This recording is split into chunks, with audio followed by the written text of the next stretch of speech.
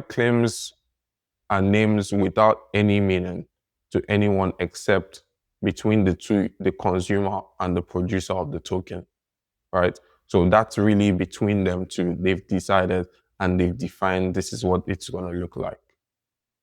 In order to sort of bring all of this home, right, I would use a certain concept to explain this, really.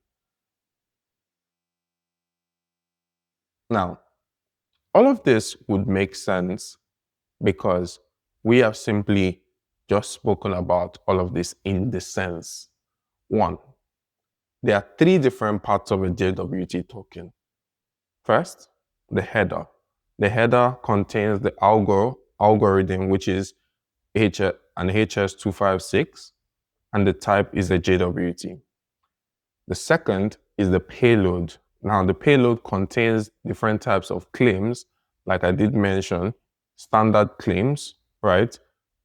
Private claims and public claims. Now, those standard claims are defined by JWT and they have specific uses. So you have sub, you have you have sub and you have IAT and the others.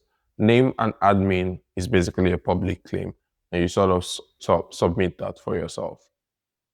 Now, sub simply gives you the subject of the JWT, and IAT also gives you sort of like what the timing and and sort of like information on this.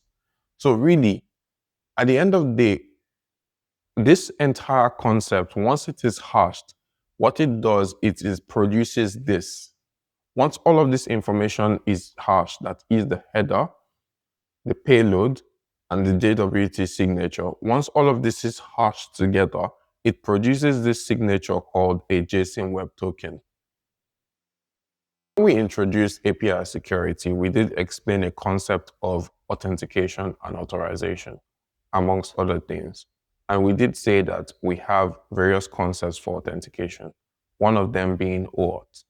Now, to define OAuth, OAuth is simply an open protocol for authorization that allows users to share private resources to a third party.